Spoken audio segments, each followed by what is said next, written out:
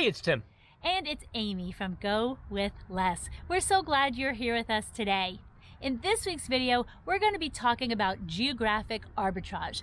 Tim just casually mentioned geographic arbitrage in one of our videos a few weeks ago, and several of our viewers asked, what the heck is geographic arbitrage? Well, it's really a big part of how we plan to live our life ongoing, so we thought we'd do a whole video about it. I hope you'll watch.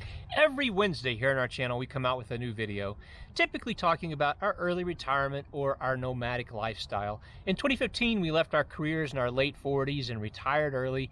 And in January of 2020, we sold our home and became full-time nomads with the intention of heavily using geographic arbitrage to make our lifestyle incredibly affordable. And with the COVID vaccine coming and borders hopefully opening soon, we're really hoping to take advantage of this geographic arbitrage in our life and to show you all about our fun journey along the way. So we hope that you will subscribe over here, give the video a thumbs up, and let's talk arbitrage. Yeah, so we're going to do 3 different definitions throughout this video. So Amy's going to actually read these and we'll throw them up on the screen. So we're going to define arbitrage. So we think that that is a base level thing.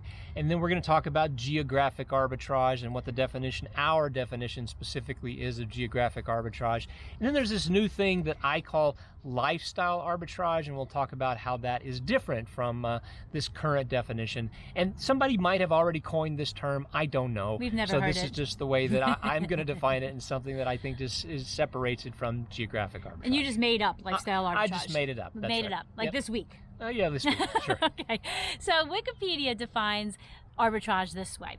In economics and finance, arbitrage is the practice of taking advantage of a price difference between 2 or more markets, striking a combination of matching deals that capitalize upon the imbalance. To us, it's really leverage. Yep, so we don't really completely understand. I think this is not, conceptually, it's just buying and selling things that are equivalent and having just a minute difference in those, enough so that you can make some money. And we don't understand enough about it to describe here exactly what it is, so that definition is the best we could, as good as we got. But the idea is that this is used heavily in finance to take advantage of differences in prices of things in different markets. And so I think that's how the term geographic arbitrage came into being. Is it's taking advantage of the idea that you can be in different places where things might be more affordable. And so we also have a definition for geographic arbitrage, and this is our own definition. And so Amy's going to read this again. We'll throw it up on the screen. And this is really how it relates to our life. That's right. In our home-free, i.e. our nomadic lifestyle, geographic arbitrage is the practice of leveraging our mobility to travel to and stay or live in places that offer an economic advantage. These are primarily in lowering our lodging costs, our local transportation costs, our dining costs, as well as our healthcare costs. Yeah, and so obviously this is something, if you go to places like Central or South America, you're going to find potentially more affordable lodging there, potentially more affordable food. It's sometimes cheaper to get around. So a lot of people have been doing this for a long time, where they'll actually, when they retire, they'll go and they'll move to a place where it's more affordable, and that's just where they choose to live. Panama is an example of a place we frequently hear where people will move there, and that's their retirement home. So I think we're leveraging this idea, but with some mobility thrown into the mix, and I think that's where the geographic arbitrage thing comes into play. I think also the people who originally were talking about this weren't necessarily full-time nomads like we were. They were talking about, like we are.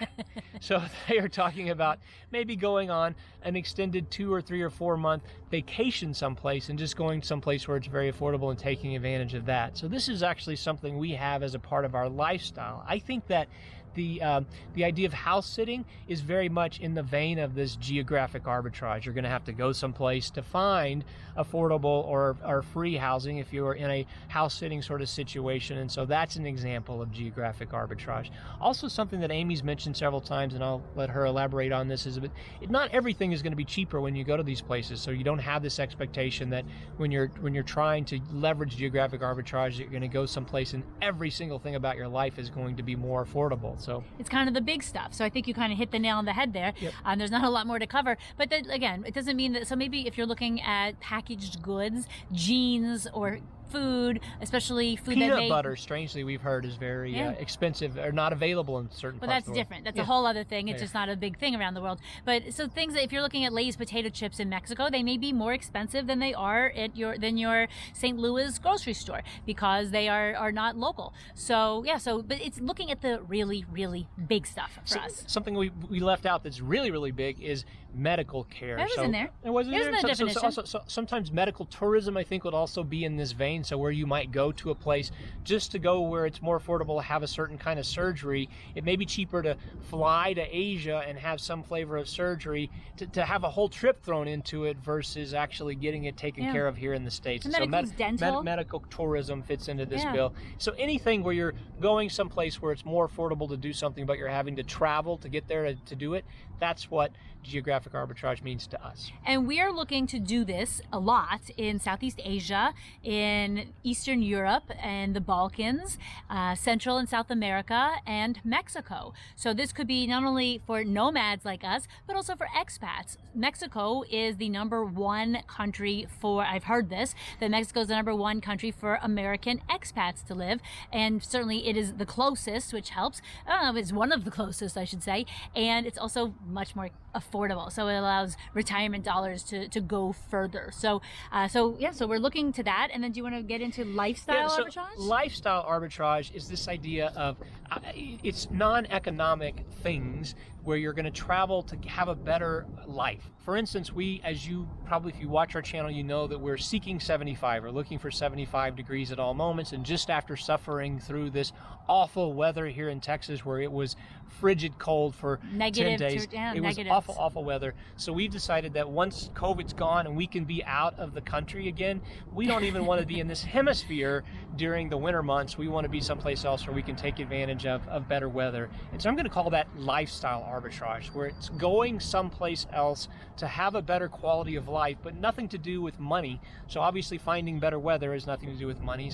But we're going to have to travel to find this better weather. So there are other things. I think we have some friends who mentioned that there is this event that happens in Southeast Asia. It's like the Southeast Asian Olympics, but it's a regional event, and so we would love to be there for this event. So it's cheaper than the Olympics. It's also cheaper than, so there is an economic. It's not also. It's mostly cheaper. But so again, it's typically not necessarily about money, but it's going to find things that are exciting that might take a longer amount of time. Where you're not going to go there necessarily for vacation per se. Like you could, but that maybe would be all of your vacation. So because we have all this flexibility in our life, we can actually go to a region to be there for events. We were in France for the World Cup when they actually won the World Cup back in 2018. And so that sort of event where it's just something that happened to happen in our life, I think that would be a lifestyle arbitrage sort of situation. And that was there's a bit of luck involved with this lifestyle arbitrage, but some of it's by design. Again, the weather thing is going to be by design, or we're going to seek it out and just but hope for better weather, and I think we'll be successful with that. I think it's just being kind of in the right place at a peak time. So we're heading up to Washington, D.C. soon, in a few weeks, and we're hoping to still catch cherry blossom season. We were in Holland in 2019 in April and caught their magnificent tulip season, which should be a bucket list item for anybody because it was absolutely stunning. So there's all kinds of things like events. Maybe you look the Lantern Festival in Thailand. So it could be nature. It could be we've been in Alsace, France in the summertime where they have a lot of music outside in the summertime because they have all these festivals and Renaissance festivals and all kinds of things because it's summertime with those long days. Did you read my definition? I didn't read your definition. So actually, as before she reads it, I'm going to say, so I think Amy sort of hit the nail on the head, and then we'll read the definition. Maybe actually we'll have to modify it some, but I think Amy's right. It's just about being at the right place at the right time for these things that are going on. So what's the definition as I wrote it out? This is Tim's made up. You heard it here first. Lifestyle arbitrage is the practice of leveraging our mobility to improve our lives in non-economic ways. So I think it's almost like a sister.